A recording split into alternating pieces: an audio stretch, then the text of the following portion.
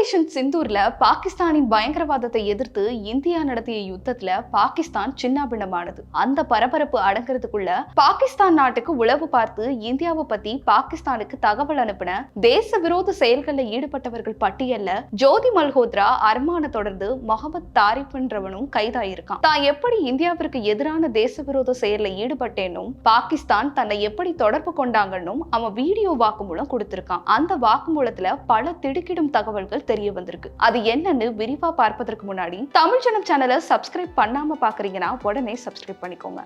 Welcome to beyond headlines.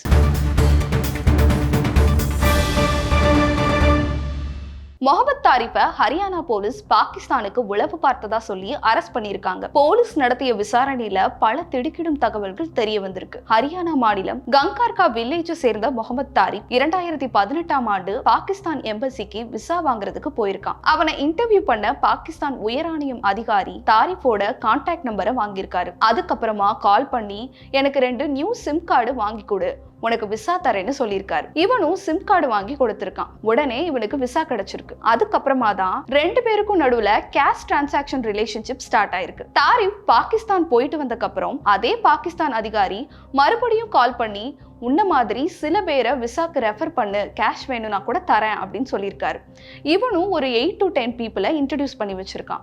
அதுக்கப்புறமா அதே officer 2024ல Mohammed தாரிஃப்க்கு கால் பண்ணி உனக்கு ஒரு வேலை இருக்கு, பாகிஸ்தான் எம்பசிக்கு வான்னு சொல்லியிருக்கான். அங்க போன பிறகுதான் தான் வேற இடத்துக்கு டிரான்ஸ்பர் ஆக போறதாகவும் இனிமே இவர் தான் உன்னை கான்டாக்ட் பண்ணுவாருன்னு ஜாஃபர்னு இன்னொரு பாகிஸ்தான் ஆபீசரை இன்ட்ரோடியூஸ் பண்ணி வச்சிருக்காரு. அதுக்கப்புறமா ஜாஃபர் தாரிஃப்க்கு கால் பண்ணி ஹரியானால இருக்கிற சிர்சா ஏர்பேஸ போட்டோ வீடியோ எடுத்து அனுப்ப சொல்லியிருக்கான். இவனும் போட்டோ எடுத்து அனுப்பியிருக்கான். இதை செஞ்சா உனக்கு லட்சக்கணக்கில் காசு தரோம்னு சொல்லியிருக்காங்க. சட்ட அமலாக்க அதிகாரிகள் தாரிஃபோட போனை சீஸ் பண்ணி அவனை போலீஸ் கஸ்டடியில வச்சிருக்காங்க. அபிஷியல் சீக்ரெட் ஆக்ட் 1923 படி தாரிஃப் கூட சேர்ந்து அந்த Pakistan high commission officials Asif Baloch மற்றும் ஜாஃபர் மீதும் வழக்கு பதிவு பண்ணியிருக்காங்க. ஒரு சைடு பாகிஸ்தான் நமக்கு எதிராக பயங்கரவாத செயல்ல ஈடுபட்டதை தாண்டி இப்போ பாகிஸ்தான் எம்பசியும் இப்படி பயங்கரவாத செயல்ல ஈடுபட்டு இருக்கிறது தான் இந்த பியாண்ட் ஹெட்லைன்ஸ் மூலமா நாம சொல்ல வர ஷாக்கிங் நியூஸ். மற்றும் ஒரு பியாண்ட் ஹெட்லைன்ஸ் நிகழ்ச்சியில் சந்திக்கிறேன். நன்றி, வணக்கம்.